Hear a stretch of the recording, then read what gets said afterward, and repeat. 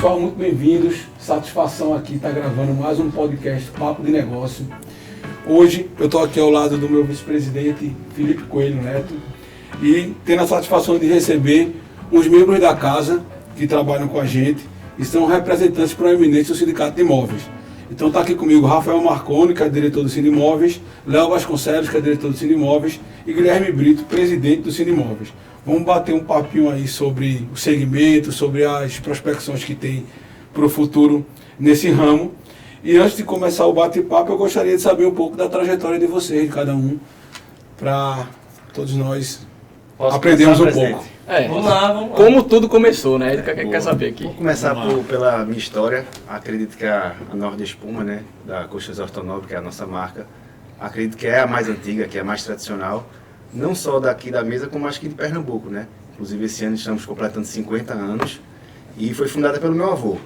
E eu nasci nesse ambiente, então desde que eu sou criança, meu DNA é industrial. Chão de fábrica. Chão de fábrica, né? Inicialmente, quando eu era, acho que com 5, 6 anos, é a lembrança mais tardia que eu tenho, eu embalava travesseiro. Tinha os travesseiros, meu avô dizia, vai lá, embala esses travesseiros aí. Gostava também de ficar pulando ali dos colchões da expedição, de um colchão para o outro.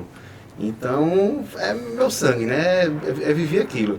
Inclusive, depois o tempo passou, quando eu estava com mais ou menos 17 anos, 18 anos, na farra, né, pesada, né, você sabe, E aí minha mãe, vá pra fábrica, já para tentar me trazer pro prumo, né? Sim.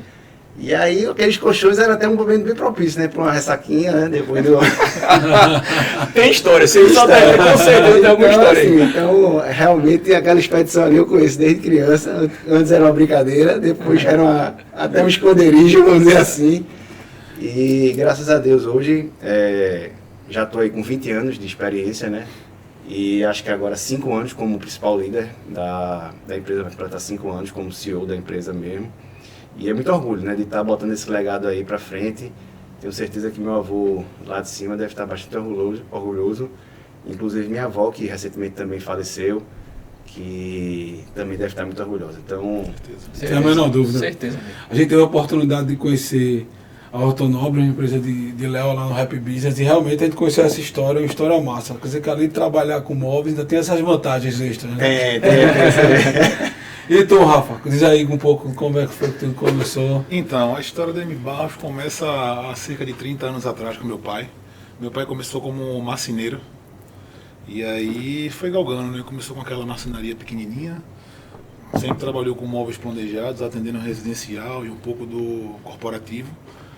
Também desde muito novo, sempre estava dentro da fábrica, brincando ali, fazendo uma arminha de madeira, enfim. Na adolescência também, meus pais cobravam muito para eu ir para dentro da loja. Nessa época a gente já tinha uma expertise um pouco maior, né? Tinha a loja de móveis planejados, chama Casa Design, até hoje está no mercado também. E aí comecei na parte de venda, depois fui gerenciar um pouco loja também, fui conhecendo o processo, né? Meio que na adolescência ali, indo na marra também, que minha mãe queria que eu estivesse lá no dia a dia. Muitas vezes até falava, poxa, meu, o pessoal tá de férias, queria ir pra praia na época do colégio, muitas vezes eu não ia para dentro da fábrica, ia na loja lá para estar trabalhando. E aí a coisa foi crescendo um pouco mais, fui fazer um intercâmbio na Califórnia, com meus 24 anos, quando eu voltei, passei 6 meses fora, quando eu voltei fui para dentro da indústria. Aí foi o momento que a gente já estava um pouco melhor, ainda era uma marcenaria, tinha muito processo manual. Quando eu voltei, aí eu fui informatizar realmente todo o processo da indústria, né? Hoje a gente consegue gerar plano de corte, fazer processos rápidos integrados desde do frente de loja até a fabricação final, a venda, o pós-venda, tudo isso. Tá com polo, viu, Rodrigo? Você sabe, novo aí, rapaz, coisa de outro mundo, viu? Você vai ver que... Na verdade é que tá todo mundo construído, né? Né? Os três estão em construção, né? São Não sabia. São 3 jovens que vieram de uma geração e revolucionaram as empresas no ramo de imóveis, né? Quem é pernambucano conhece a Casa Design, né? Claro. Proeminente, que realmente tem esse polo gigantesco agora que vocês inauguraram. Verdade, a gente tem uma planta hoje de 4 mil metros quadrados, começamos essa obra em 2017, passando por pandemia, vários desafios, plantando ali tijolinho por tijolinho e a gente está indo para uma fábrica agora de 10 mil metros quadrados. O terreno total tem 20 E aí está sendo um desafio grande e estamos tocando devagarinho aí o negócio, um pé no chão sempre, né? Sim, Evoluindo, dando cada passo de cada vez. Meu pai sempre priorizou muito isso, sempre está investindo no maquinário, está modernizando a fábrica, se preparando para quando a coisa girar, você está preparado aí para atender o mercado, né?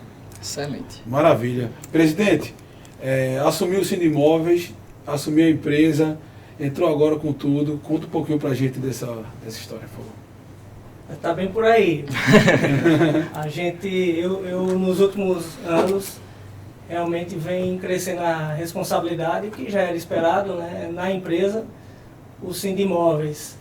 A gente assumiu com o falecimento do nosso ex-presidente Vicentes Cacax, no qual a gente presta uma homenagem aqui, teve muito serviço prestado para o nosso segmento. Com certeza. E no decorrer do podcast a gente vai falar um pouco. Sim. Mas a minha história é muito parecida com a dos meus colegas. A nossa empresa tem 38 anos, eu fiz 40 agora. Então, Brincou também, né? brinquei dentro, fiz cidade. Na época era um chão de terra, então eu pegava a pedaceira de madeira lá, fazia carrinho, enfim. Cresci lá dentro. Então, o meu pai, junto com meu tio, fundaram. Depois eles se separaram, criaram a Moção Casa Magno Móveis, né?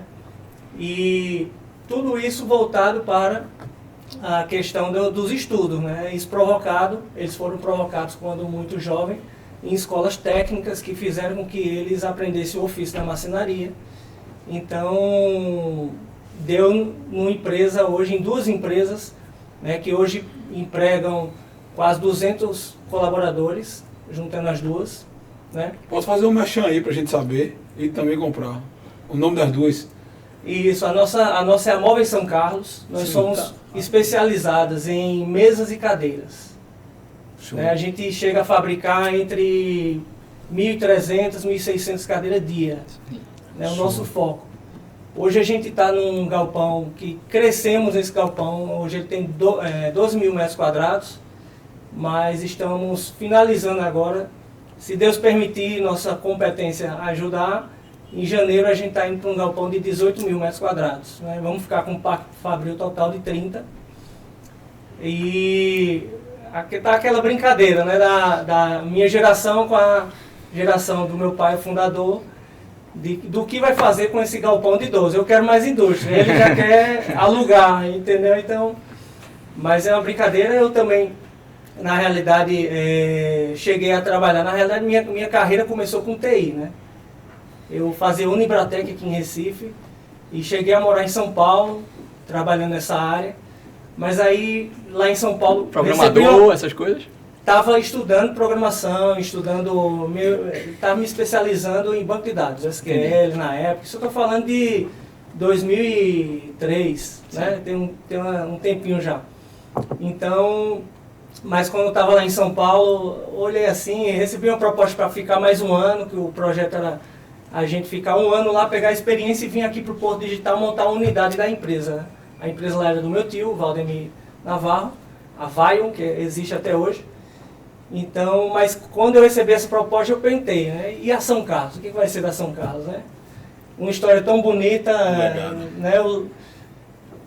Não sei se minhas irmãs, eu tenho duas irmãs, a Carol e a Vitória Brito.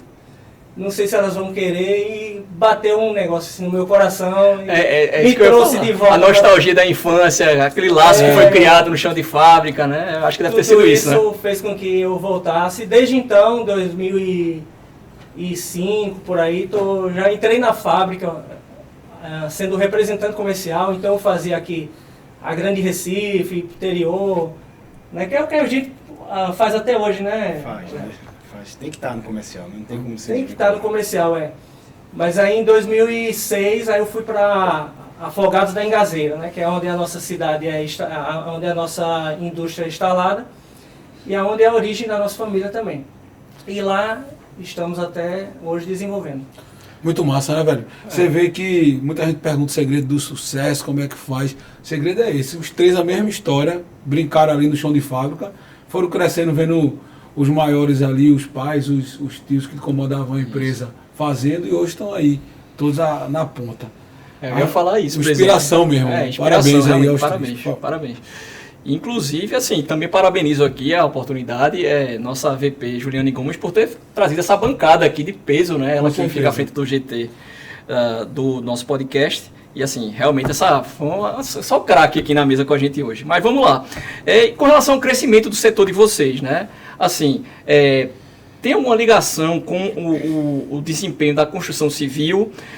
Como é que está o mercado atualmente? Se Guilherme também quiser falar um pouco sobre feiras, congressos, enfim, que você queira divulgar, fiquem à vontade. Eu queria entender um pouco mais como é que está, né, o desempenho hoje, no caso, o crescimento do setor de vocês, se ele realmente está ligado ou não com a construção civil. E também um pouco com a questão da Selic, né? Com a taxa de juros, se afeta ou não afeta. Que é importante, que a taxa de juros alta evita o investimento de maneira geral, principalmente e na parte da construção. Então, se essas coisas estão conectadas, como é que vocês estão sentindo o mercado hoje em dia? Como vocês enxergam? A gente...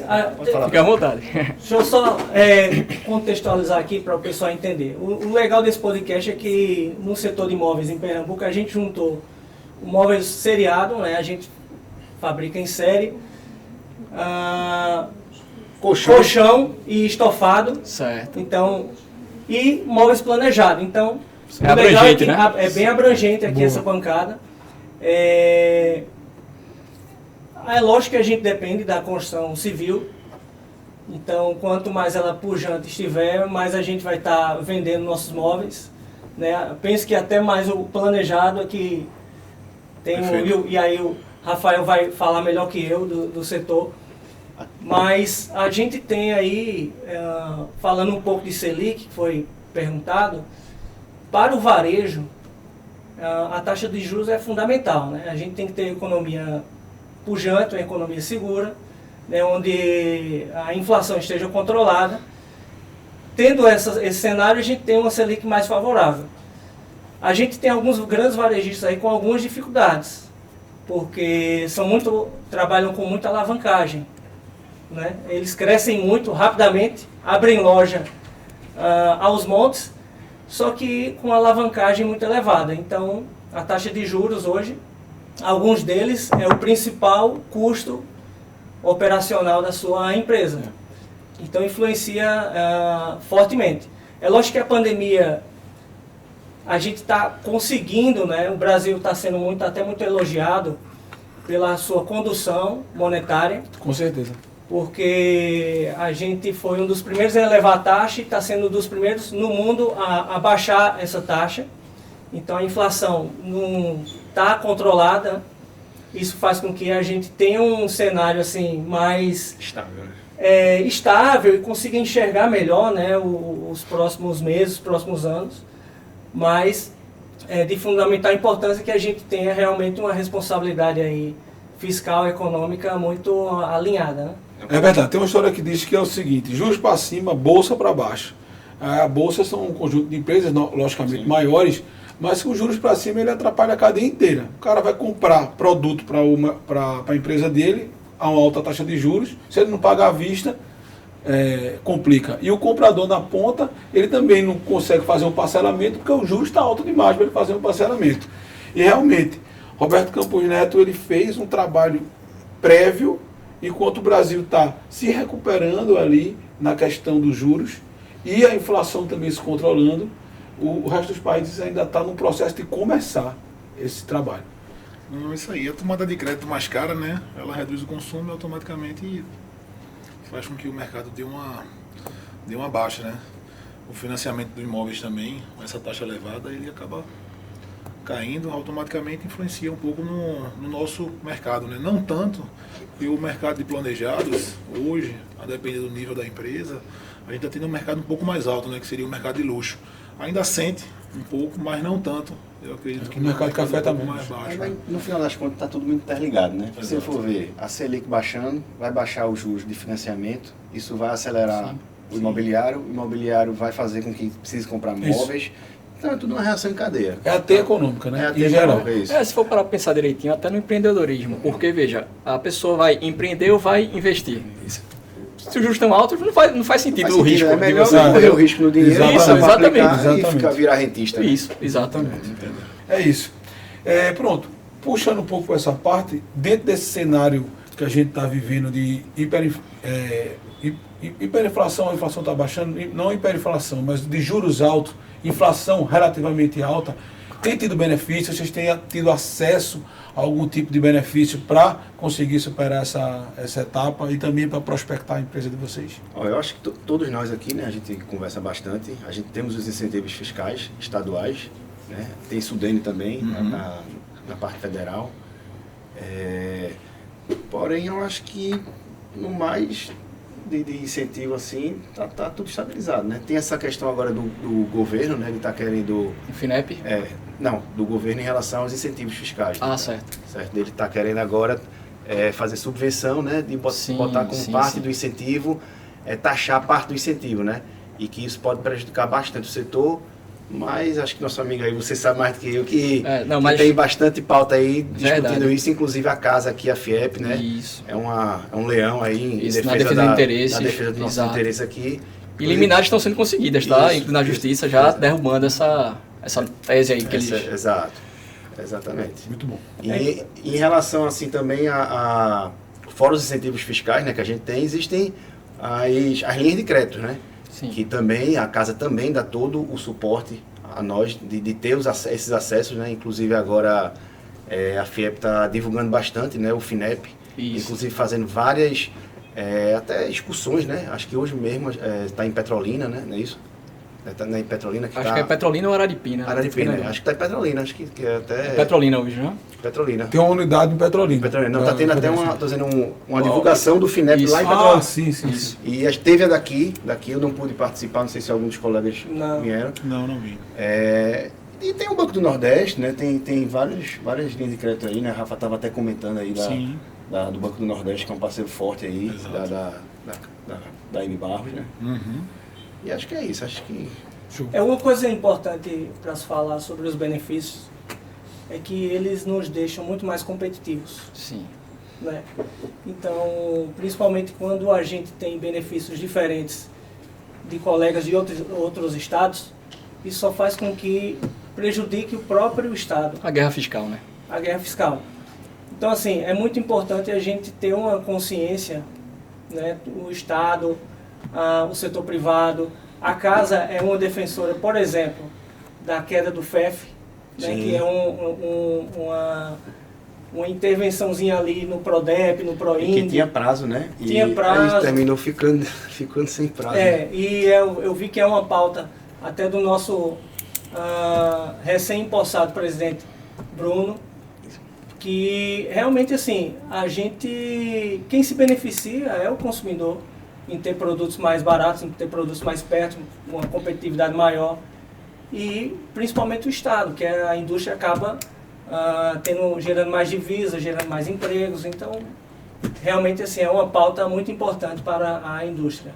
É verdade. E o contraponto que o governo conseguiu fazer para superar as dificuldades que o Brasil já tem, em geral, para o empreendedor, junto com essas taxas, ele vai impulsionar a economia. Então é sempre bem-vindo, como você bem falou. Vamos lá, vou puxar um pouco a sardinha aqui para o meu lado, um tema que eu gosto bastante, né? Que hoje eu estou vice-presidente do Conselho Temático de Comércio Exterior aqui da FIEP também, junto com o presidente Rubem Martins. Um abraço, Rubem. Então, eu queria saber de vocês o seguinte, com relação às exportações de móveis e colchões, né? Que elas têm se tornado uma alternativa aqui no Brasil, né? Para vocês, isso já é uma realidade? Vocês já exportam? Como é que está na indústria de vocês? O GM Barros ainda não conseguiu galgar esse próximo passo aí, mas é algo que a gente pretende, somente tendo em vista a desvalorização do real, né? Você conseguir ter mais essa opção de venda para fora. É algo que a gente vai alcançar aí, acredito que nos próximos anos. Estamos organizando a casa, a indústria, para conseguir dar esse próximo Inclusive, passo que aí com a ajuda da precisar, FIEP. é isso que eu ia falar, que precisar Sem tem aqui o dúvida. SIM da FIEP, Centro Internacional de Negócios, está à disposição de vocês, já deixo aqui, já fazendo também essa propaganda, né, presidente? Claro. E Não, eu inclusive queria agradecer a FIEP e a FIEP Jovem, porque nós hoje fazemos parte de um programa da FIEP Jovem, que é do Comex, né, com o consultor Gustavo. sim, Super fera, abraço Gustavo aí, né, pra ele. Inclusive a gente fez um mapeamento aí, né, do segmento de colchão. É mais difícil para a gente exportar, acho que realmente a Rafa é mais, a questão do frete vai impactar menos, né? Nosso produto é muito volumoso, o dele dá para fazer uma arrumação melhor ali no container. Compactar melhor, o colchão é muito volumoso, mas a gente está vendo que tem mercado sim. Tem mercado ali, América Central, África, dá pra gente sim, futuramente aí pensar em voar aí, precisar disso aí. Excelente. E a gente tá ali, né? Estamos com consultoria e estamos estudando, mas ainda temos que trabalhar ainda. Criando a cultura, exato. Primeiro é o conhecimento, a gente tem que ter o conhecimento, que eu nem sequer tinha o conhecimento. Por isso que eu agradeço o conhecimento. E isso é o que a gente agradece, que inclusive já fica aí o convite, né, para todos vocês empresários aí virem para a FIEP Jovem, né? Porque eu mesmo, até tempo atrás, eu não tinha essa oportunidade de ter uma consultoria dessa. Tem um percentual, né, que a gente paga, né, mas boa parte é subsidiada, né? Sim. Então, assim, são inúmeros. Isso é um dos benefícios, um dos benefícios que a casa traz aí para o empresariado, para o empresário, né? Nessa parte, o Sim e o Comex, eles são clínicos, né? Eles vão ali no problema 1 a 1, eles vão dar o conhecimento e aí você vai ter dado o primeiro passo. E, inclusive, se você quiser dar do primeiro até o último passo com eles, isso, você vai junto. Não, a pesquisa dele foi para o meu produto. O seu produto. Inclusive, o meu produto é bem específico mesmo, exatamente. É sensacional, realmente. É muito bom. A gente precisa realmente desenvolver essa cultura. O Brasil é o 28º país que mais exportam no mundo. Para um país que tem uma indústria de celulose tão forte como a nossa, é muito baixo esse ranking. Então o país inteiro tem muito que melhorar, avançar nesse gap, né? Eu peguei uma informação da Abimóvel, que é a nossa associação nacional do setor moveleiro, e o Brasil exportou 59 milhões em março, imóveis. É bom, é relevante, mas, né, precisa poderia melhorar. Ser melhor, né? Para o tamanho do mercado, né? Para o tamanho do mercado global. E, né, quando você visita outros países, que você vê é um negócio impressionante. O setor moveleiro no mundo o móveis, ele está ali entre a 6ª e a 7ª necessidade básica do ser humano, né? Então é um segmento que gira muito. A Móveis São Carlos, ela entrou, faz parte da Abimóvel também, e entrou agora no projeto da Abimóvel, o Brazilian Furniture. A Abimóvel ela promove eventos no El Salon, que é em Milão, agora estão indo para Estados Unidos, e levam consigo algumas indústrias. Fizeram também em Guadalajara, no México, e levaram quase 30 indústrias, algumas expondo, né, em stands, outras só participando de rede de negócio. Então, são iniciativas que a gente está... Teve a roda de negócio da Paraíba? Teve, que a gente vai comentar aqui também. A própria Abimóvel e a Apex trouxeram, né? Foi. E a gente está nesse projeto de criar cultura, de fato. Isso. Né? Porque a gente tem um potencial competitivo grande. O Sul, eles estão a 14 dias de navio da América do Norte. Pernambuco está a 7. A geolocalização nossa se eu não estiver enganado, é mais ou menos por melhor, aí. né? Tanto para a África como para lá, para a América, né? Entendeu? Eles então, estão assim, para baixo, né? Eu até andei dando umas pesquisadas sobre containers, tudo. Eu vi que Pernambuco só é como se fosse uma escala, né? Uma conexão, não tem vias diretas. Então a gente realmente E é mais próximo também até da Europa também. Da Europa. Sim, Portugal, né? Custo do O frete. transit time, exatamente, como o transit time o tempo de trânsito, né? Ele é menor, então acaba impactando no frete, em tudo, né? Na verdade, no final das contas. Perfeito. Então a gente está nesse desenvolvimento aí, buscando esse tão sonhado. Já exportamos para Cabo Verde há uns 16 anos atrás. Não deu muito certo, porque a gente estava totalmente inexperiente no negócio. Na época, a nossa empresa era do Simples, e a orientação é que o Simples não pagava imposto para exportação. Quando a gente foi receber, pagou. O importante foi a experiência, né? Sim, com certeza. Mas é uma jornada que a gente está trabalhando para percorrer. se tu comentasse sobre a questão da quantidade de celulose versus a quantidade de exportação que a gente faz, né? Que é um número que o Brasil que não bate, né? Pela quantidade de matéria-prima que a gente gera, a gente deveria exportar mais. Eu não Fora o agro, né? Que, não deixo de isso não deixa de ser um assunto de interesse que a gente lembra da desindustrialização que vem acontecendo no Brasil, né? Só que a gente representava 50% da indústria, hoje a gente está com 23% de representação. Então, de qualquer forma, esse número de exportação menor é porque a gente tem muita dificuldade por causa da carga tributária para ter indústrias mesmo, para crescer indústrias a ponto da gente conseguir exportar. Então, isso é um dado que você traz que só reflete a realidade do Brasil hoje em dia no setor industrial. Mas puxando para um assunto menos espinhoso e mais interessante também, que é a inovação. Eu queria saber de vocês como é que está a inovação no setor moveleiro. Hoje em dia a gente vê muito falar de inteligência artificial. Se isso daí, como é que está na empresa de cada um? Então, eu acho que no meu segmento está muito em alta, né? Apesar que já tem alguns anos que isso já está acontecendo, a indústria 4.0. De você ter ali operações de fabricação com o mínimo de pessoas possíveis manuseando máquinas. Isso aí eu tive na feira na Alemanha em 2018, uma feira específica de móveis, e aí lá eu consegui ver realmente na prática os maiores players do nosso segmento com a indústria 4.0 rodando. Você vê que a coisa realmente funciona. Tive a oportunidade de visitar algumas fábricas aqui no Brasil, algumas fábricas, no qual eu vi funcionando também. E você acaba vendo ali que é possível, né? Sim. Aqui ainda a gente está startando aí nessa nova planta, algo nesse sentido.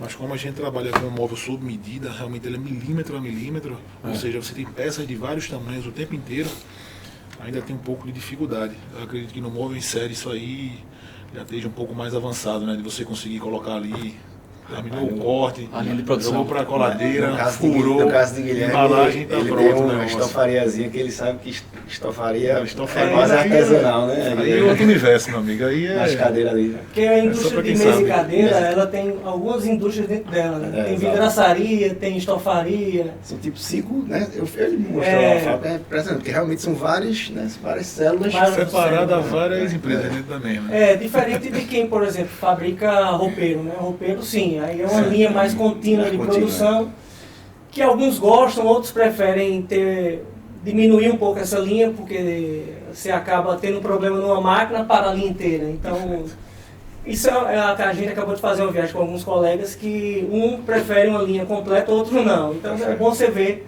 essas duas culturas, mas essa questão da tecnologia a gente vê no nosso segmento muita robotização, né? Muita automação que vai justamente assim otimizando todo o processo e fazendo com que fique mais enxuto. Lógico que ainda é um investimento muito alto, né? Você tem que ter um fluxo de produção muito grande para justificar aquele investimento, mas a indústria 4.0 está aí, ela está cada vez mais real, né? A indústria está se aproximando mais do consumidor, isso é um fato. Essa facilidade dos e-commerce, dos marketplaces, né? Eu tenho uma indústria que tenho colegas industriais que está revolucionando em alguns setores, tirando até representantes e vendendo direto.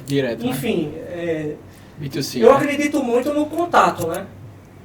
Não acho que tantos intermediários vão diminuir dessa forma, mas é um desafio ver como é que vai se dar essa questão da indústria 4.0, porque realmente ela está revolucionando um pouco o nosso segmento. Eu confesso que eu também sou, desculpa interromper, mas eu também sou mais conservador com relação a isso, né? Você falou de representante, retirar e tal. Eu acho que venda, Rodrigo, acho que é muito também, assim, querendo ou não, a depender do tipo da venda, precisa do olho no olho, até às vezes quando você faz uma reunião online, não é a mesma coisa de um presencial, né? Você consegue meio que verificar isso. Então acho que na questão de vendas, mesmo tendo os canais, no caso pela internet e tudo mais, a venda direta, no caso com o representante, enfim, nunca vai deixar de acontecer. Nem que seja feita pelo dono da empresa, lá no distribuidor, enfim. Não, eu vi uma pessoa dizendo, não lembro agora qual foi o nome, mas ele falando o seguinte, que o ser humano ele não veio na vida para viver.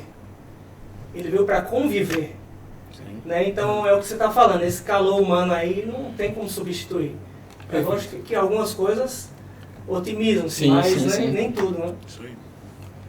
Inclusive esse negócio de B2B, B2C, na verdade é P2P, né? Person to person, né? Sim. Hoje em dia tá muito de pessoal de volumes, na verdade são pessoas fazendo negócio com pessoas, né? Total. E assim, falando um pouco de inovação também, eu me lembro que tem muito da questão de hype, né? Tá na hype agora a questão do chat GPT, né? Isso. A indústria 4.0, o pessoal já vem falando há bastante tempo, já tá ficando... inteligência artificial e tal. Eu me lembro que há uns 10 anos atrás, aí chegou um amigo meu que ele era bem nessa área de tecnologia, ele, rapaz, como é que tu vai fazer teu sofá? Daqui a pouco vão estar imprimindo sofá, vão estar imprimindo colchão, né? Tá lembrando que tem a da impressora 3D, né? Vamos fazer um carro com esse né? Então assim, aí eu disse, vai mudar tudo. Aí eu disse, pô, não, pô, mas calma. Aí na época eu me lembro que eu fiz uma reflexão, eu disse, velho, mas tu acha que isso crescendo, eu acho que as próprias indústrias são elas que vão começar a comprar as impressoras que vão dar demanda para ir imprimir. Pô, não é assim que vai existir uma indústria de impressora 3D que vai substituir o meu negócio, não. Eu quero, no caso, o sofá impresso de tal empresa, né? Tem a marca, né? São máquinas que gradualmente a gente vai se aproximando das tecnologias, como o Rafa bem falou, vai em feiras, né? E a gente vai se aproximando e vai tentando e melhorando as nossas indústrias, né? Vai tentando modernizar, né? Uma das coisas também que a gente está tentando fazer lá agora, já iniciou esse projeto, é um pouquinho trabalhoso, porque você tem que treinar o bot, né? Então você tem que ficar alimentando ele, você tem que realmente ensinar ele. A gente está fazendo um botzinho, um chatbot, que até o nome do chatbot vai ser Seu Juarez, né? Que foi o fundador, que é meu avô, a gente já tem muito até o avatarzinho dele, né? O bonequinho. E aí a gente vai liberar isso para representantes e para clientes. Então a gente treina ele. Aí vai botar tabela de preço, especificação de produto, aí a pessoa vai lá, quero saber o produto colchão diamante, quais a espuma dele. Aí seu Juarez vai lá e responde, colchão, diamante, a espuma é D33, junto com a espuma Hypersoft, e vai interagindo lá, né? Obviamente são respostas prontas, né? É um IAzinho, né? Um IAzinho, exatamente. Agora você contratou ali para treinar ele para responder aquelas perguntas mais recorrentes. Isso eu acho que é bem fazível. Eu fiz até um curso recentemente disso. Eu achava que era uma coisa mais difícil. E não, dá para fazer. Dá para fazer. Tem que só ter uma paciênciazinha de treinar que vai. Na área de arquitetura, já tem a inteligência artificial, né? O pessoal está desenvolvendo, já está andando bem para a parte de projetos. É isso que eu falo, design, eu acho que... O design chega ali, você dizer como é que é a sua cozinha e o ChatGPT não, a inteligência artificial já fazer o projeto de acordo com o que você quer, mudar a cor, dispensando um pouco o trabalho do arquiteto, né? Não sei até que ponto... E ajudando também, né? Ajudando, porque o cara, querendo ou não, tem um cenário prévio para ele trabalhar em cima. Você dá ali você, por exemplo, quer fazer um projeto nessa sala aqui. Aí você tem as dimensões da sala, tudo certinho, joga na inteligência artificial e ele dá um pré-projeto pro arquiteto. Não, peraí, isso aqui eu mudo, isso aqui eu deixo. Exatamente. Eu tô tentando lembrar que daqui a pouco aí vai ter o óculos, que esse óculos antigamente nas feiras era um sucesso. Você ia pra fazer uma fila pra você botar o óculos, aí você sai andando no... Já usou, né? Pra você se ver no ambiente. Aí no de Rafa, o cara vai lá, bota a inteligência, o cara dá o projeto, e bota o óculos agora, tu entra dentro do projeto. O negócio interessante. Estou tentando lembrar o nome aqui do palestrante, não vou conseguir lembrar, mas foi no TED Talks que eu vi uma vez, Rodrigo, que ele falava o seguinte, que ele falava que assim, falasse da profissão de arquiteto e tal, como é que vai ser no futuro, que na verdade ele falava, na ideia dele, desse palestrante, que as profissões do futuro, na verdade, todos serão não programadores, como falavam antigamente, mas sim dominadores de prompts. Sim. Ou seja, o cara que é arquiteto, ele vai fazer seu projeto. Você quer o quê? Quer tal coisa? Ele vai saber exatamente como colocar na inteligência artificial para fazer seu projeto. Já que você, que você é leigo, não é arquiteto, não vai saber dar o prompt correto no IA. Mesma coisa com todas as áreas. Então, assim, eu achei muito interessante isso. Não sei se vai acontecer, mas eu achei interessante. Eu acredito que isso vai acontecer. Eu também estava escutando um podcast e a pessoa estava falando exatamente isso, que vai facilitar muito a vida do empreendedor, daquele cara que tem a ideia. Antigamente se tinha um conceito de que ideia não tem valor, o que vale tipo a execução, né? Na prática, né? Não adianta você ter uma ideia. Então por quê? Porque às vezes você botar uma ideia em prática, você não tinha técnica de botar, né? E agora com inteligência artificial fica mais fácil, né? Fica mais fácil, principalmente você quer fazer um aplicativo. Pô, antigamente tu tinha que ir tomar house e quanto tu não ia gastar. Bem mais acessível. Aí, e ainda era pau, porque os caras são quase uns pedreiros digital, assim, tipo, pra você conseguir fazer o que eles façam que você queira, você luta. Eu já tentei fazer aplicativo e é pau, velho. Vai e volta, os caras não entregam. Agora não, daqui a pouco você vai dizer, ó, quero isso, vai dar o prompt isso. e vê o... Já vai direto, né? Vai direto. Então a ideia vai ter valor, entendeu? Esse exercício de futurologia é sempre muito difícil. Não, Quando tem antigamente chegavam algumas novidades assim, mercadológicas, que eu chegava para o meu pai e dizia, vai mudar tudo, o que isso pode impactar na nossa empresa? Ele disse, Guilherme, vamos ter calma, deixar maturar, porque olha, aí ele fala, quando eu era jovem, inventaram aquele motor a propulsor que o homem saía voando. Sim, eu lembro disso. E disseram, olha, carro vai se acabar, todo mundo no futuro vai andar desse jeito. Até hoje, esse negócio não vingou. E na época que lançou, todo mundo dizia que era a revolução do transporte público, né, privado. Enfim, difícil sempre prever essas coisas. Vou dizer, a alteração. Se vinga ou não. A alteração no ambiente de qualquer coisa, inclusive no ambiente de negócio, ela se dá muito lentamente. Então você dá um insight aqui, para você mudar o ambiente, demora anos. É tanto que isso serve até para as questões climáticas. Você dá um insight aqui, em alguma coisa, o pessoal tem que botar uma série de programas para tentar prever o impacto daqui a 5, 6 anos. Então as histórias de vão imprimir um sofá, parece uma. Não é não? Vamos imprimir tudo, mesa, sofá, então só vai ter impressora e ninguém vai.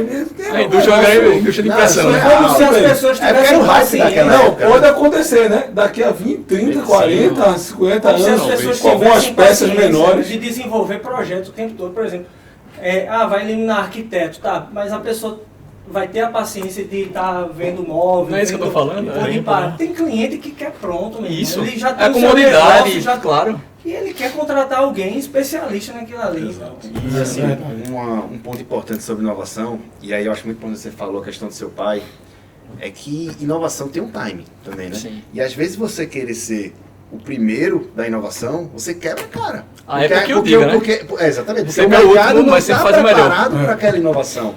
Então, às vezes, você pode ser o pioneiro ali e, na verdade, ser um gasto que você vai investir. Além do investimento inicial, ser altíssimo quando a inovação chega na hora. Exato, porque o custo da inovação, ela exponencialmente vai descendo, né? E aí, como você disse, às vezes uma pessoa mais experiente dá aquele freio para a gente que, às vezes, mais jovem, quer tá na inovação ali, na crista da onda, termina, às vezes, levando um caldo aí grande, né? Realmente, as feiras, tudo que a gente vai, as coisas que a gente encontra ali no mercado no geral, né? Quando a gente se adentra para essa parte de inovação, brilha os olhos, o cara, sei o que, mas aí... Mas na prática, tem que ter alguém para dar freada. Tem que, na prática, quando você vai lá pro custo, pro dia a dia, na prática, pra cultura da empresa, da mão de obra que tu tem... Porque tu sabe, mão de obra, se tu vai botar uma inovação dentro da empresa, muitas vezes ele sabota a inovação, pô. Exatamente. Sabota mesmo, ele faz de um jeito de dar errado. Rafa sabe disso. Na prática, a teoria é outra. Na teoria é outra. Então, inovação é importante, mas tem que ter o... Tem uma questão de caber no bolso do consumidor, né? Isso. Se não couber no bolso, meu amigo... Esse assunto é muito bom, né? É como o que vocês falaram agora, é interessantíssimo. A mão de obra... Ela olha para a inovação assim e fala, peraí, o meu concorrente está aqui dentro, né? O concorrente aqui dentro. Isso aconteceu comigo já na fábrica. Eu demorei anos para instalar uma empresa de cortar ferro lá. Anos, não dá certo aqui, tem que botar aqui, os caras botaram todo tipo de defeito no corte do ferro. Hoje ela está funcionando lá, continua o mesmo quadro, só está mais produtivo, né? Acontece. Vamos lá, falando um pouco aqui, mudando um pouco de assunto, boa parte dos segmentos econômicos, né, nesses últimos anos, né, passaram por dificuldades, pandemia, como a gente sabe. Então, assim, qual a perspectiva de vocês com relação ao futuro, né, dessa área moveleira, enfim? Como é que vocês enxergam o futuro, assim, do mercado, do segmento de vocês? Então, dentro do nosso segmento, hoje a gente não atua só com móvel planejado, né? A gente procura diversificar um pouco, tanto com móvel corporativo, atendendo rede hoteleira, atendendo hospitais. E aí você consegue diversificando. Você focar só realmente num público, realmente a coisa acaba estrangulando um pouco, porque às vezes você direciona toda a força para aquilo ali, aquele mercado ele dá uma baixa, não tem de onde você tem um plano B. Principalmente a gente de planejado, a gente só trabalha com o que já foi vendido, né? Ou seja, Sim. não é uma indústria em série. É Você sob já não- medida, né? É sob medida mesmo. Então, até fala, eu converso muito com meu irmão que é do comercial, eu digo, meu amigo, você tem que estar na rua, você é o motor de polpa da empresa. Se não tiver venda, não adianta ter 1000 máquinas aqui dentro que não vai ter o que fazer. Porque o produto realmente ele precisa já estar tudo redondinho ali para ele poder sair, né? E eu tenho boas expectativas no segmento justamente por conta disso, dessa diversificação, com a mesma planta fabril, os mesmos colaboradores, você consegue atender diversos setores. Inclusive até um pouco da marcenaria, aquela marcenaria mais rústica, antiga, daquele trabalho manual, móvel curvo. Eu tenho um pessoal que trabalha lá no chão de fábrica há mais de 20 anos com a gente, que o pessoal, aquele marceneiro raiz ainda, né, se profissionalizou. Trabalha na indústria hoje operando máquina, mas quando precisa, o pessoal consegue fazer um móvel curvo, consegue fazer um teto diferenciado, uns projetos bem especiais, né? Muito massa. E acho que essa diversificação é um bom segredo aí para não Porque ter... tem que ter aquele ajustezinho final, né? Como é um negócio milimétrico, acho que é igual a quando a gente faz um galpão misto assim, que você precisa da parte metálica e da parte da construção. Você tem que um milímetro, você tem que ter alguém ali para fazer o ajustezinho, né? Você até deve ter dificultado a questão da exportação, inclusive, tudo. Né? no planejado, Porque a gente alguém tem que brinca, estar lá né? dando. E um fio de cabelo no acabamento de um móvel faz toda a diferença. É 1 milímetro ali de um encontro de uma peça com a outra, meu amigo, que Pois é. dá toda a diferença no acabamento. No planejado, no seriado também, porque senão a cadeira não encontra, né? Rapaz, eu É brincava com o Rafael. desafiante. Que nem ele falou, lá a gente tem 5 indústrias, né? Você comentou aqui, aí eu disse até pra Rafa quando a gente tava conversando uma vez, o planejado é pau, porque é serviço, é indústria, é comércio. É. Você tem tipo três coisas numa Sim. só. Né? Exato. Eu digo no caso do planejado loja, né? Você Sim. sendo como loja, né? Que é o caso da Casa Design, né? E eu já tive também, já participei do segmento. É complicado, é bem desafiador, é desafiante. Mas é isso aí. Em relação ao nosso, né, Guilherme, que é o seriado, eu acho que a gente, por exemplo, se a gente for analisar aí a pandemia, que foi uma tragédia, obviamente, mas para o segmento, principalmente nosso seriado, assim, foi muito bom em relação à demanda. Imagine que todas as pessoas ficaram em casa, né? Então, quando elas saíram de casa, elas viram todos os defeitos do seu imóvel, viu? Precisava trocar o sofá, viu? Precisava trocar as cadeiras, as mesas. Valorizou mais a casa por ter ficado tanto tempo lá, né? Exatamente. Viu, precisava se conectar com o mundo Exatamente. também, né? As pessoas tiveram O que dinheiro se parado conectar ali. com sua casa e o governo deu aqueles auxílios. Então a gente que tem um seriado de uma linha mais de médio para baixa, a gente foi muito beneficiado, né, nesse Toda a movimento. indústria Toda a mundial, indústria né? mundial. Porque o setor de serviço naquela época foi abalado. Né? Abalado, exato. E para juntar com isso, com o cenário, a maioria dos governos injetaram dinheiro muito na dinheiro, economia. Então a indústria, né, teve um... Teve uma vitória. Pode continuar. Mas, com relação ao futuro, que você Isso. falou, o que acontece? A gente, assim, o Brasil, essa questão da gente ter uma indústria de celulose forte, e o Brasil, para isso, é um país, assim, quase único. Porque o nosso agro, mais uma vez o agro, que é a nossa pujança, né, nacional, ele faz com que o Brasil aproveite da sua dimensão geográfica e do seu clima. Então, a fabricação, o plantio, o manejo da floresta, que é de onde vem a nossa matéria-prima, né, são todo mundo aqui trabalha com madeira reflorestada. Sim. Principalmente quando o MDF é fabricado pelos nossos fornecedores, as chapas, MDF ou MDP, todo ele de madeira reflorestada. E o Brasil consegue ter uma eficiência com o eucalipto, a árvore eucalipto, que outros países não conseguem. Né? Enquanto você vai na China, eles estão cortando a árvore com 18 anos, aqui a gente conseguiu já uma eficiência de 5 anos e meio. Você planta e tem uma árvore com mais de 2 metros de altura. Então, a gente fica muito assim,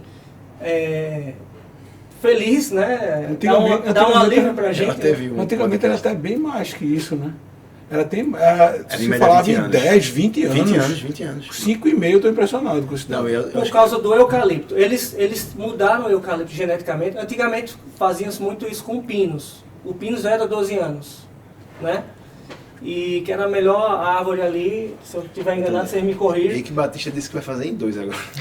Nossa, saiu no podcast dele Foi, agora, recentemente, ele falando que do eucalipto, que ele está com um projeto de... Em 2 anos ele tem um ponto de corte. Um ponto de corte. Mas hoje é 5 anos e meio. A gente começou nossa indústria com móvel, com madeira. O MDF nós fomos um dos primeiros a comprar no Nordeste em 96, se eu não me engano. Meu pai comprou, não acreditou muito na matéria-prima, né? Acostumado com madeira, aquele pozinho gostoso, quem gosta de... Famoso, isso aqui não presta não, né? Quando ele chegou lá, então olhou assim, ele disse que ficou a carreta lá, o material todo encostado um bom tempo, e quando ele foi mexer, gerava um pó enorme. Ele disse, rapaz, como é que eu vou ter uma fábrica trabalhando com isso aqui? Não tem como, não, encosta, revendeu na época. Mas o MDF, ele é muito interessante ecologicamente, né? Porque você tem um aproveitamento da árvore muito grande, quase 90%, mais de 98%. Então, para essa pauta ambiental, sim, ele é um produto muito bom. Quando você parte para a madeira em si, tem muita sombra, muito corte, né? Mas, como a gente está conseguindo essas eficiências, está ajudando todo o segmento e dando uma luz no final do túnel. Agora, por exemplo, a gente voltou a trabalhar com madeira, de quase 18 anos sem trabalhar, e conseguimos algumas oportunidades, algumas linhas de fornecimento, e já lançamos ano passado um produto com os pés de madeira, que foi assim, até agora tem sido um sucesso, a gente tem conseguido um resultado muito bom. Então isso faz com que a gente pense com bons olhos no futuro do setor moveleiro do Brasil, porque a matéria-prima nos ajuda, essa questão do clima, essa questão da nossa eficiência. Né? Excelente. Foi uma aula aqui, né, Rodrigo? Agora, rapaz, eu aprendi, eu não sabia disso não. Podcast está virando uma aulazinha dessa turma, desses craques aí. Olha, eu vou dizer um negócio só para complementar o que vocês falaram, que realmente eu estava lembrando aqui da questão da pandemia, e a indústria ela se beneficiou porque as pessoas não tinham onde gastar, né? Imagina você isolado, você não tinha onde gastar, e a construção civil, para você ter ideia, a parte de galpões, galpão é uma prospecção de futuro, né? Sim. Você vai aumentar ou você vai construir empresa. Foi uma das melhores épocas em questão de vendas para a minha empresa, que era no setor. Foi um ano recorde. Interessante, né? Porque você não liga, né? Porque quando você faz você tem um ano recorde, parece que puxa para o outro, porque você dá uma exponencializada. Foi um ano recorde de venda da empresa. As pessoas não paravam de investir no futuro das próprias empresas. Eu acho que era um formato das pessoas lidarem com aquilo.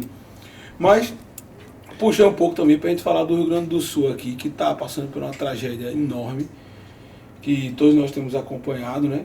E que essa tragédia, ela é uma tragédia humana, mas é uma tragédia econômica para a gente conseguir reconstruir lá um Estado brasileiro que praticamente está devastado, em grande parte, 90% se fala. Então, assim, isso chegou, inclusive, na indústria moveleira, né? Conseguiu chegar na indústria moveleira de Pernambuco. Aí, queria que vocês falassem um pouco mais sobre isso, até para as pessoas terem uma noção real de como essa tragédia ali impacta o Brasil todo. Eu acho que o polo lá é o maior do Brasil, né? O de Bento Gonçalves. O de Bento Gonçalves hoje, acho que é o maior do Brasil, né? Tem o Bar, o Bento Gonçalves. De imóveis planejados. De imóveis planejados, Então, assim, a gente está falando do principal polo moveleiro do país sendo afetado por uma tragédia, né? E isso vai afetar, querendo ou não, indiretamente a gente. Porque também muitos insumos vêm de lá do Rio Grande do Sul. As principais fábricas, como lá tem um polo, elas se posicionam mais próximo dos polos. Sim. Entendeu? Então elas são afetadas. A prioridade dessas indústrias assim, vai ser atender o pessoal que está fornecendo ao pessoal do Sul. Mais próximo. Mais próximo, né? Eu digo, no meu caso, colchão. Colchão acho que é de uma extrema importância, né? Assim, dos abrigos. Então, assim, eu tenho certeza que a demanda das fábricas próximas vai aumentar radicalmente. Eu digo porque há 2 anos atrás a gente passou por uma situação parecida de desastre aqui, né, em Pernambuco. Foi um desastre diferente, né, que foi mais de deslizamentos, mas também ocasionado por chuvas. Sim. E a fábrica da gente assim, movimentou absurdamente, a gente tendo que trabalhar até sábado e domingo para atender esses desabrigados. Né? Mas foi um desastre potencial, teve 70 mortes aqui em Pernambuco. Acho que foi mais de 100 mortes. Foi mais de 100 mortes. Mais de 100 mortes. Então, assim, Na também região foi... metropolitana como um todo, né? Porque Como teve todo, também né? Olinda, Paulista, foi também bastante afetado. foi E, também um desastre. Que você tem uma ideia, hoje um fornecedor entrou em contato comigo, dizendo que alguns pedidos vão atrasar, porque a prioridade deles é atender as indústrias que estão realmente nessa linha de frente de atender a demanda de lá, né? Querendo ou não, a gente aqui tá distante, né? Então, assim, pra gente, em relação à demanda, não teve nenhuma grande variação, não, assim. Mas, assim, a questão dos nossos insumos pode ser até que tenha um processozinho de inflação, né? Porque alguns insumos possam ficar mais escassos e a gente terminar tendo aumento de preço. Teve uma carga minha mesmo de madeira que eu tive que cancelar porque não consegue sair lá transitar lá. Então eu tive que mudar de fornecedor. O fornecedor meu era do Rio Grande do Sul, então eu estou indo com um fornecedor agora de Minas Gerais. Então tudo isso termina respaldando, né? A cadeia produtiva, né? Assim, tudo é interligado, não tem como. E acho que assim, a gente como empresário também, principalmente eu que estou nessa área de colchões, a gente tem que ajudar de alguma forma, né? Sim. Então a gente fez uma doação, né? No caso, como é muito distante, a gente terminou usando a Azul, linhas aéreas, né? Como que elas estão fazendo esse transporte de maneira gratuita, a gente deixou lá no depósito deles. E também a gente está com um colchão que a gente fez, que é um colchão solidário, que a gente chama, né? Que é um preço praticamente fábrica, abaixo do preço de fábrica, quase o custo, assim, para o pessoal que quiser doar, comprar ele, para também poder ter mais doações para lá, né? Show. Muito bom. Bom demais. É um desafio, assim, a gente do Sindimóveis, a gente está apoiando lá uma causa dos nossos colegas do Sindimóveis Bento Gonçalves, né? Também estamos apoiando um projeto aqui da casa também, a FIEP também está lançando o seu projeto para ajudar nesse momento dificílimo. É sempre um desafio porque é até assim, muito doloroso ver as imagens e ver o que está acontecendo. Não é fácil, mas de toda forma a gente, em oração e também em recursos, vamos fazer de tudo para ajudar nossos colegas rio-grandenses, né? Perfeito. Antes de partir para o próximo tópico, presidente, me permite só... Recentemente a gente estava lá, não foi, Guilherme? Sim. Recentemente a gente estava lá. Inclusive, quando eu estava lá, tinha até uma cidade, Mussum, que até tinha tido também algumas enchentes. Então, assim, está tendo enchentes. Essa foi, obviamente, drástica, mas já está tendo problemas lá. Acho que desde o início do ano. Quando terminou Mussum teve em novembro, pelo que eu estou sabendo, e agora, novamente, agora devastou. Não, mas acho que em fevereiro foi março, teve também um problema que, inclusive, teve uma cidade que caiu uma fonte. É lamentável, assim, realmente. O que eu queria falar, presidente, que foi muito bem colocado por Guilherme, é que, assim, pedir, né, na verdade, para os nossos, acho que são telespectadores, né, que a gente chama, né, na verdade, que façam as doações, né, realmente ajudem o povo gaúcho, né, a FIEP está com essa campanha junto com a Fiergues, então podem acessar nossas redes sociais, que lá tem o Pix, para que vocês façam suas doações, e, obviamente, será muito bem-vindo, tá bom? E já passa. Inclusive, o próprio Sindimóveis, que está aqui com a gente, através do presidente dos diretores, estão fazendo doações para o Rio Grande do Sul. Então tem 2 Pix aí. Isso. Já vamos deixar o Instagram deles também, né? Instagram, presidente, sindimóveis.pe. Sindimóveis.pe no Insta. Sigam aí para poder ajudar. E aí, já tocando já em outro assunto, eu soube que Guilherme chegou aqui hoje, é um assunto um pouco mais leve, já falando de Hao, porque ele estava na China, já chegou falando chinês aqui. Eu disse, espera aí, como é que é isso? Conta um pouco dessa viagem, o que é que você trouxe de lá. O que é que vem de novidade lá da China para o segmento moveleiro? E me tira uma dúvida também, se essa viagem foi particular ou foi uma missão? Então, essa viagem começou quando eu assumi a presidência do Sindimóveis. Eu provoquei um fornecedor nosso de ferragens, que já tem algumas viagens para lá, fez mais de 11, tem 9 anos que já visita a China e importa e faz negócio. Os sócios dele têm ainda mais bagagem, e eu provoquei falando, eu quero assumir o Sindimóveis e estou interessado em fazer uma missão, né, do segmento para a China, para a gente ver esse mundo. Eu particularmente nunca tinha ido, E convidei alguns colegas, acabaram indo 2, né, a Gente Móvel São Carlos e a Magno Móveis, do meu tio Alexandre. E esse fornecedor também convidou colegas de outros polos. O polo lá de Ceará, que foi o pessoal da Tuboarte, e Sergipe foi o pessoal da Avelan, né? Antigos conhecidos, velhos conhecidos nossos. E também foram 2 colegas lá do polo de Linhares, né? O Vitor e a Isabela da Panam e o Vitor da Simol. Quer dizer, foi um network assim fantástico. Fora o conhecimento Sim. que se tem lá, né? O network que a gente, as trocas de figurinha que a gente teve durante a viagem foi fantástico. A China Cria um laço de amizade que vira um laço empresarial, é um ciclo virtuoso, né? é um ciclo virtuoso que, assim, dentro desse grupo tem concorrentes. Sim. Entendeu? A Simol é uma baita de uma empresa que construiu sua carreira fazendo mesa e cadeira, concorrente direto, né? Hoje eles fabricam outras coisas também, outros produtos. A Tuboarte, a Avelan também fabricam. Quer dizer, mas a gente tem que separar o que é concorrente do que é inimigo. Isso, exato. É Inimigo acho que a diferente, gente nem deveria diferente. ter. Exato. E concorrente a gente é bom ter sempre um diálogo, porque só faz com que o segmento cresça e o mercado consumidor desenvolva. E um dos intuitos do associativismo é essa, né? Isso, defesa de interesses, exato. Unificar até concorrentes por um interesse.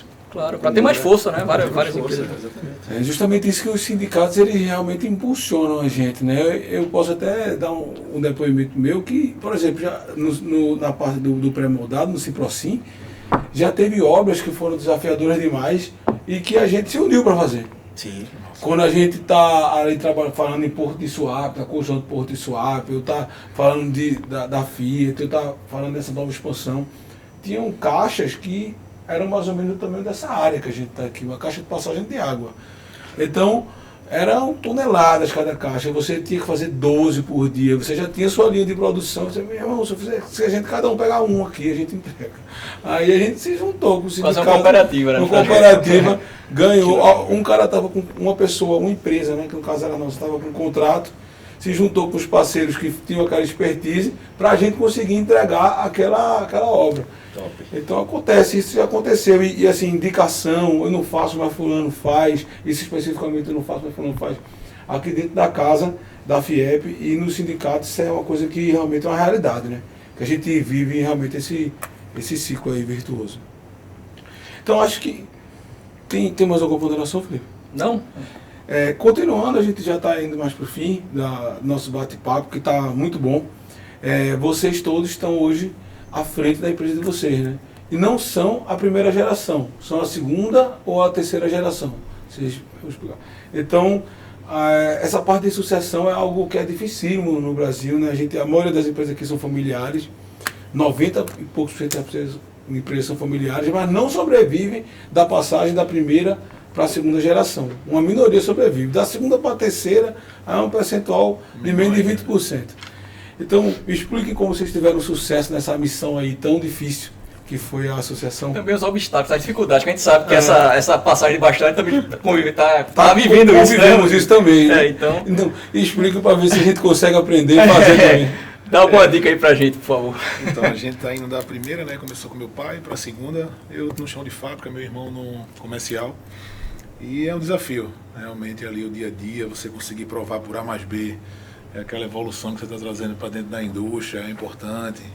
Aquela organização de processos ali, mostrar pro manda-chuva, né, pro papai que dá para fazer um pouco diferente. O capitão, né? Exato. Só um pouco, né? Exato. Dá para acreditar nas pessoas, que dá para montar equipe, que dá para tocar o negócio sem você também precisar estar 100% ali o tempo inteiro, consumindo seu tempo. E aí eu acho que o mais importante é o dia a dia mesmo. Você conseguir ir implantando ali devagarinho, não é fácil.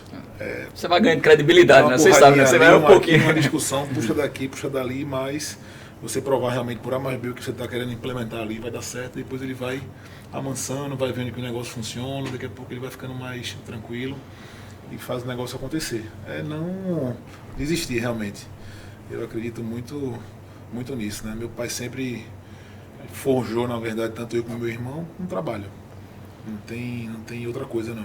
Tem Arregaçar a outro mão, caminho, acordar não tem outro cedo, caminho, não. meter a cara e fazer. Quando o pessoal acha que é impossível, você vai lá, faz, sem precisar de alarde, sem precisar estar divulgando nada para ninguém. Cada diazinho ali você vai plantando a sementinha. Nada é mais promissor do que o longo prazo, né? Você vai ali devagarinho, devagarinho, o negócio vira. Eu acho que é mais ou menos isso aí. Mas no meu caso é quase um livro, viu? Tem que ser um podcast só pra essa história aí. Tem uma frase clássica do meu avô, que era: pra cachorro novo você tá colocando muito focinho pra fora do mato. Rapaz, tanto que eu escutei isso na minha vida. Tem que botar no quadro lá. Pois é. Não, eu não tenho contado, na verdade, é o seguinte: lá no seu Juarez, né, tem que colocar na inteligência artificial, tem que falar isso. Pra cachorro novo, pra representante novo, com representante novo, fizer uma pergunta capciosa pra cachorro novo, você tá colocando muito focinho. Eu e Rafael, a gente tem a diferença de uma geração, né? Nosso pai pra gente. Ele não, ele pulou do avô pra ele, então o conflito O choque foi maior, né? O choque foi maior, né? Pra você ter uma ideia, minha mãe, ela entrou na empresa com 18 anos e ela nunca assumiu, assim, de fato, porque meu avô, ele até os 90 anos ele trabalhava. E ele não largou o osso, não. Era ele que tomava a decisão, era ele que chegava de... Ele chegava de 10 para 6, pô, na fábrica. E a fábrica veio de que hora? De 7? A fábrica veio de 7, pô. Ele já chegava pra ver que tava atrasado, né? Já ficava lá esperando, né? 6 e ponto, pronto. Se ele chegasse 6 e 15, ele tava atrasado pra ele próprio, entendeu? Porque ele chegava 10 para 6, ele saía, chegava no máximo 6 horas. Saía de 6 da noite, entendeu? Isso com 80 e poucos anos. Então, assim, e nunca largou o osso, toda tomada a decisão dele. Então, minha mãe, ela meio que não teve muito espaço, assim, né? Assim, pra assumir, minha tia também não. E aí, meio que quando ele já estava realmente assim, já com a tomada de decisão um pouco comprometida, porque com 90 anos você já não tem um feeling mais. Quando ele de fato faleceu, e aí teoricamente seria a segunda geração que deveria assumir, né, por uma questão natural, minha mãe disse: rapaz, eu acho que também já era para eu estar me aposentando, porque eu já estou aqui há 40 anos. Então, ela já estava há mais de 40 anos trabalhando na empresa, tá entendendo? Aí ela disse: eu acho que eu vou me aposentar, Ju, eu vou me aposentar, meu filho. Porque não, nada, toma que o filho é teu. Aí tinha minha prima também, Roberta, e aí terminou que minha prima, hoje ela faz a parte de compras, né? Ela é diretora de compras, e eu fiquei mais com comercial, financeiro, fazendo um trabalho mais de CEO mesmo. E assim, foi muito desafiador, né? Assim, e aí tem várias histórias, assim, vários conflitos, assim. Hoje eu falo o lado bom da coisa, né? De você manter um legado, Sim. dessa questão do trabalho. É lindo, né? Mas a gente sabe que existe... A gente sabe também, você tá rindo também, porque a gente sabe, né? Todos aqui sabem. Eu tô olhando e assim, já pegando os insetos aqui para implantar amanhã, para ontem. E assim, é muito desafiador o dia a dia que é uma pessoa que você ama. Isso, Tá, né? você dividir essa... Mas que aquela pessoa ela tem um apego por aquela poder, por aquela tomada de decisão ali. E você é meio que uma pessoa que está incomodando ela ali, porque você é novo. Todo novo quer né, dar um choquezinho, né? Então, como é que você lida com isso, né? Com a emoção, né? Com tudo. Então, assim, foi bem desafiador. Deu certo, né? Tá dando certo. Estamos aí tocando a empresa. E é isso, assim, é uma experiência fantástica, fantástica. Né? Pra mim, assim, eu já tô, como eu falei, né? Na empresa desde 2006, interno, antes era representante comercial. É uma jornada realmente que a gente tem que percorrer. Inicialmente é como o Rafael falou, é uma negociação mais dura, porque você não tem a credibilidade para ser ouvido. Né? Eu cansei de dar uma ideia aqui, outra ali. Não, vamos fazer já. Santo tal. de casa não faz milagre, né? Aquela história. Né? Um mês depois chegava um cara lá do sul, sudeste, dava a mesma ideia, ele fazia no outro dia, eu olhava exatamente, assim. Exatamente isso. Eu disse, caramba. Caramba. Que, né? Impressionante. Mas é uma construção, realmente. A gente entende que para eles que nos viram crescer, bebê, criança, e daqui a pouco a gente tá adulto. Brincando no chão da fábrica. Brincando no chão da fábrica. Fazendo os carrinhos e agora quer mandar. Esse guri um dia desse estava aqui, né? E já quer mandar, enfim. Teve um colega meu que me perguntou qual era o curso que ele faria para conseguir trabalhar com os pais e tal. E eu falei, olha, tem vários meditação. Tem vários cursos bons.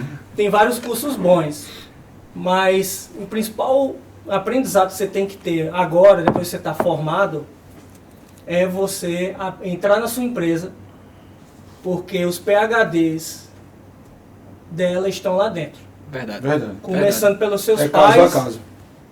e pelos colaboradores que lá estão. Sim. Então você tem que aprender com eles primeiro. E lógico, complementa com um curso fora. Mas entenda que o capital intelectual da tua empresa está lá. Tem que ter a Porque humildade de perguntar, né? Se é uma empresa que tem uma estabilidade financeira, é uma empresa que tem um equilíbrio de desenvolver e tal, então a gente tem que realmente, apesar de a gente vir com uma bagagem de fora, de formação superior, né? De cursos extras, de inovação, mas tem muito essa necessidade de a gente respeitar quem lá está e ouvir. E com o tempo a gente vai formando essa confiança mútua de ir mudando a cultura aos poucos. Tem o Mário Gazin, né, que é o proprietário da Gazin. A Gazin é uma cidade, não é uma indústria, é uma cidade, né? Faz colchão, Eu estava lá agora recentemente. faz colchões, você foi lá? No Rio Grande do Sul. É, Visitei né? a Ele fábrica foi. lá de Candelária. Ele tem uma unidade lá, né? Tem uma unidade Ele lá, fica no né? Paraná. Tem até faculdade dentro da É Douradina. Impressionante. Douradina é a matriz. Eu fui na de Candelária. Eu vi uma palestra dele, achei muito interessante que ele disse, olha, indústria não aguenta mudança drástica. Não aguenta. Por isso que muitos herdeiros quebram a indústria, porque quer fazer ali acontecer e não respeitar a cultura. A cultura você muda, evolui com o tempo. Eu diria uma coisa que também transitório, né? sou um industrial do chão de fábrica também. Pelos últimos 10 anos estava ali no chão da fábrica, agora estamos fazendo esse processo de sucessão. Meu irmão está assumindo o chão da fábrica, eu estou vindo mais para a parte comercial. Toda essa história que vocês conhecem e que realmente, o que você falou no final agora, falou na minha cabeça, eu lembrei da minha fábrica. Por quê? Você cria uma indústria, meu pré-moldado ele é único. Não existe nenhum pré-moldado igual a Goiânia. Por quê? Meus funcionários, cada um aprenderam a fazer de um jeito. Eles entraram ali, a maioria verde, foram aprendendo e evoluindo as habilidades dentro da empresa. As inovações que a gente fez de formas, as inovações que a gente fez dentro do concreto, todas as inovações que nós fizemos foram acompanhadas por eles. Eles sabem dar o ajuste fino para aquilo funcionar. Se você chega com um monte de inovação ao mesmo tempo, você sufoca esses caras, eles morrem sem ar, meu amigo. Eles não conseguem acompanhar. Então, Provavelmente a empresa vai junto. a empresa vai junto. Claro, é feita de pessoas, né? A empresa é feita por esses caras. A gente ali, como eu sempre falo, a gente aqui é técnico. A gente escuta o problema, direciona para vocês. No chão da fábrica, vocês vão ter que resolver vários problemas sozinhos. Sim. E às vezes a primeira geração ela está ali muito querendo estar até nesses problemas mais primordiais, digamos assim, mais do dia a dia. Então, é isso, bicho. Quando você fala que a indústria não aguenta grandes inovações, realmente a coisa tem que ser de Gradativa, leve, né? e gradativa mesmo. Me identifiquei. Então, assim, Eu também. Queria falar um pouco agora, presidente, assim, já puxando o assunto que você vai tratar logo depois do associativismo, mas diz respeito também no seguinte sentido, tendo visto aqui Guilherme, ele hoje está, né, presidente do Cine Imóveis, e o associativismo ele tem como um dos pilares, né, defesa de interesses, né, dos segmentos, enfim. Então eu queria que você falasse um pouco mais, Guilherme, do seu segmento, né, do seu sindicato, enfim, se vocês têm alguma pauta, se vocês estão com algum projeto, alguma coisa no sentido de defesa de interesses das indústrias moveleiras de Pernambuco. Olha, o grande desafio de toda empresa são pessoas, né? Pessoas que queiram, pessoas capacitadas. Então, eu vejo muito nossos colegas do Sul, principalmente, eles têm lá um trabalho forte de escolas técnicas voltadas para móveis, entendeu? E o Senai participa muito disso aí. O meu sonho, né, é a gente realmente conseguir trazer um pouco dessa cultura para cá, entendeu? Porque a gente pensa muito na escola técnica em outros segmentos, mas se você vê, Pernambuco é um estado que tem indústrias como a nossa e várias outras, mas que falta assim um conhecimento mais qualificado para que a gente consiga absorver esses profissionais um pouquinho mais de bagagem, né, Léo, Rafael? Acho que tem todas as condições para isso. Quem tem mais tem um indústria, rapaz né? ali, espectador, que ele fez exatamente isso. Ele fez exatamente o que você está propondo aí. Aí ele levou um projeto para o Senai e aprovou que era uma expertise que não existia aqui em Pernambuco, que se encaixava perfeitamente na empresa dele. Um abraço aí do nosso ex-presidente Rubem Martins, que está aqui. Já foi mencionado essa live, já foi mencionado esse podcast já vezes já. Mas esse é o nosso, eu vejo como um desafio bom, né, um gap que a gente tem no nosso segmento. Sei que é um gap da grande maioria dos segmentos, né, pessoas, é um desafio. Sim. Meu pai certa vez foi visitar a Itália e ele disse, Guilherme, não adianta a gente achar que é um problema só nosso, é mundial na realidade. A gente precisa de pessoas Sim. que realmente façam acontecer. Capacitação, você fala. Capacitação técnica Isso. no nosso segmento. Exato. Por exemplo, a gente tem, e o Sindimóvel já fez isso, já fez esse trabalho. O Sindimóvel já teve um projeto junto com a revista Móveis de Valor, que se chamavam Loja Modelo. O Viquentes Cacax, nosso antigo presidente, trouxe, junto com o Ari Bruno, editor-chefe, proprietário da revista, e eles fizeram lá na Mascarenhas Moraes uma loja modelo, tá certo? Para qualificar vendedores, para qualificar montadores, Montador é um gargalo grande. para qualificar os donos de loja, porque assim, essas lojas de bairro, às vezes, apresentam um móvel de forma muito desorganizada, até um em cima do outro. Você chega Layout, lá, né, tudo, né? Tem uma cadeira em cima da mesa, tem um puff em cima do sofá. Quer dizer, o consumidor chega numa loja dessa... Não é atrativo, né? Não é tão atrativo. Compra tal pela conveniência da localização. Mas nós já fizemos, o Sindimóvel já fez esse trabalho, que é um trabalho que possa ser que a gente talvez remodele ele, né? Consiga fazer ele. E traga novamente. A gente tem Marcenaria modelo, já vi em algumas feiras também, pessoal. Marcenaria modelo também tem, e até os fornecedores têm interesse em desenvolver. Isso. Né, Léo? A gente tem também o Conemóvel, que é o Congresso Moveleiro do Nordeste, que os paraibanos que fundaram, que criaram, esse ano vai para a 6ª edição, nos provocaram ano passado para ver, olha, e aí? Quer assumir, não quer? Eu no momento disse, olha, estou assumindo o sindicato agora, a gente está estruturando, é um congresso moveleiro que nossos colegas paraibanos da AMAP, é a associação de lá, eles levaram a um nível espetacular, para vocês terem noção. A Abimóvel estava lá, o presidente da Abimóvel foi o Irineu Munhoz, né, que é o proprietário da Caimu, uma das maiores indústrias do Brasil, de imóveis, seriado. Consegui levar a Apex, o presidente da Apex se fez presente no evento, até ele falou que fez questão de incluir na agenda, porque o avô dele era paraibano, então tinha uma nostalgia, um lado afetivo também. E tivemos rodada de negócio internacionais, o projeto conseguiu trazer 6 compradores internacionais. Enfim, eu estou falando tudo isso porque foi nos provocado executar esse evento. E para 2024 não deu. A gente está até apoiando o evento deles, né? E 2025 pode ser uma possibilidade, podemos estudar. Interzoom 2025, né, presidente? Maravilha, o sindicato ativo, né? Valeu. O Sindimóveis sempre foi e agora mais ainda está um sindicato ativo, trazendo novidades, trazendo coisas para os seus associados, né? Isso, Com certeza. como a gente está vendo. Vale salientar também a questão Um time dos desse- associados, né? Juntamente com a FIEP, os descontos Dos os cursos, associados inúmeros dos cursos. cursos do Senai, do SESI. Isso é algo bem importante, né? Sim.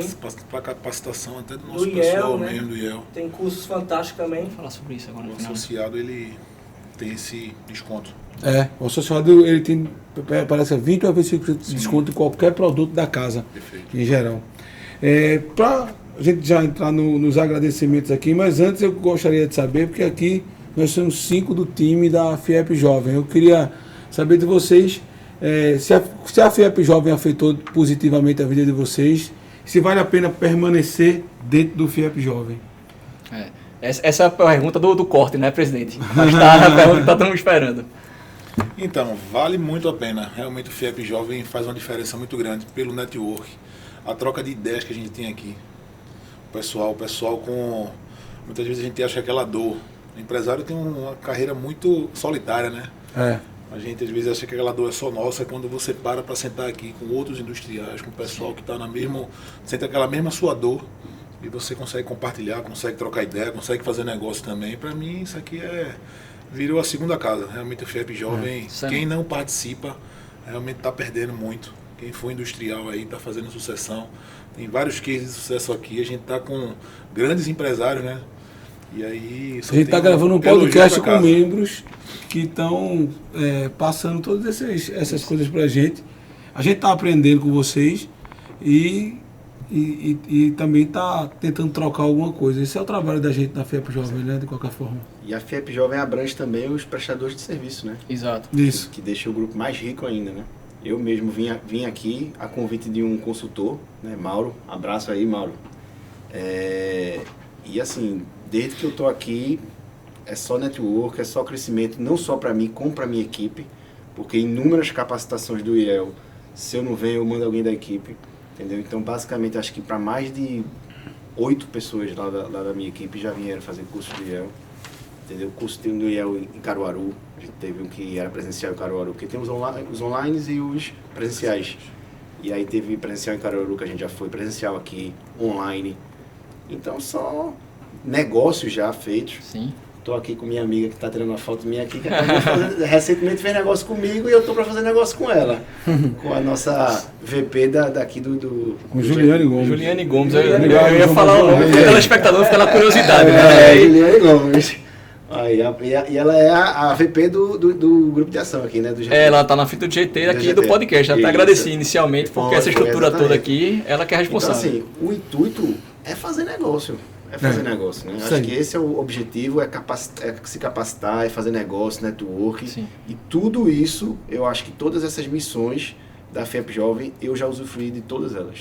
E aí, presidente, eu queria, antes de passar a palavra para Guilherme, já que falou em números de negócios, né, uma informação que eu tive antes de entrar nesse podcast aqui, é que nosso FIEP Jovem, né, com muita alegria, a gente está já chegando perto de 1 milhão, né, do valor de negócios já realizado entre os membros. Então isso é muito importante para a gente, né? Eu acho que é uma alegria muito grande você que está desde o começo. É um número muito importante para deixar registrado aqui. Com certeza. A gente, para a gente entrar nos finalmente, eu gostaria de dizer que assim, é 1 milhão de pessoas que disseram que fizeram negócio para a gente. Que foi divulgado. E a gente anotou, né? Porque o que eu vejo desse grupo fazendo negócio com o outro é uma coisa que a gente tem que medir. Porque eu acho que esse valor, na verdade, ele é exponencial, ele é maior. Não, é o que foi registrado, né? Foi registrado. Guilherme ainda falar, só lembrando. Vamos lá, Guilherme. O FIEP Jovem bom, o que a gente aprende com alguns cursos de inteligência emocional que a gente faz é que a gente se torna as pessoas que a gente mais convive, ou que a gente, né, tem uma conexão. E o FIEP Jovem é fantástico, um ambiente totalmente propício para aprendizado, para troca de experiências, troca de negócios também, né? Muitas pessoas que... Eu, por exemplo, até no meu segmento vim conhecer Rafael e Leonardo aqui. Vejo que coisa boa, né? Leonardo, a gente se via nas feiras, mas não tinha... Aqui foi que realmente aproximou mesmo aqui. Pois é, então é um ambiente que... Só quem está presente é que vê o tamanho do ganho. Sim. Que é esse fantástico projeto. E fora os eventos que o nosso grupo faz, né? Sim. Dia Sem Imposto, que é divulgado em âmbito nacional. E várias outras promoções que a gente tem o prazer de participar. E é sempre... fica o convite, né, a todos que vejam sentido participar do nosso grupo. Isso, participar ou indicar, né, filhos, né? Porque às vezes também está nessa questão sucessória aí, né? Mande seu filho para cá, Talvez assim, esteja como o Leonardo estava no começo, né? Meio perdido. Talvez se encontre aqui, vendo outros empresários, né? Perfeito. Pessoal, para vocês que estão escutando o depoimento da FIEP Jovem, a FIEP Jovem é um conselho temático aqui da Casa da Indústria e ela tem como objetivo criar esse ciclo virtuoso através do associativismo. Então, a gente hoje está gravando aqui um podcast com membros do FIEP Jovem que são lideranças dentro do sindicato deles, inclusive com o presidente. E a gente trabalha com vários pilares. Um deles é negócio network, como o Léo bem disse aqui. A gente tem um evento que é chamado Rap Business, que a gente se encontra, faz negócio. A gente tem a formação de liderança, que é só o fato da gente estar aqui se expondo, colocando, falando. A gente está formando uma liderança. Além disso, a gente tem cursos que a gente promove gratuitamente para os membros. E eventos, como o Guilherme falou, que são hoje eventos que são abrangidos a nível nacional, como o Dia Sem Imposto. A gente participa de movimentos nacionais, como o Encontro Nacional da Indústria todo ano. Então, assim, convidamos vocês para estar dentro desse ciclo virtuoso que é esse conselho temático FIEP Jovem. E queria agradecer demais. O papo hoje foi de alto nível, porque os convidados assim eram. Então, obrigado, Rafa. Obrigado, Léo. Obrigado, Guilherme. E sejam sempre bem-vindos aqui nessa mesa, sempre que quiser.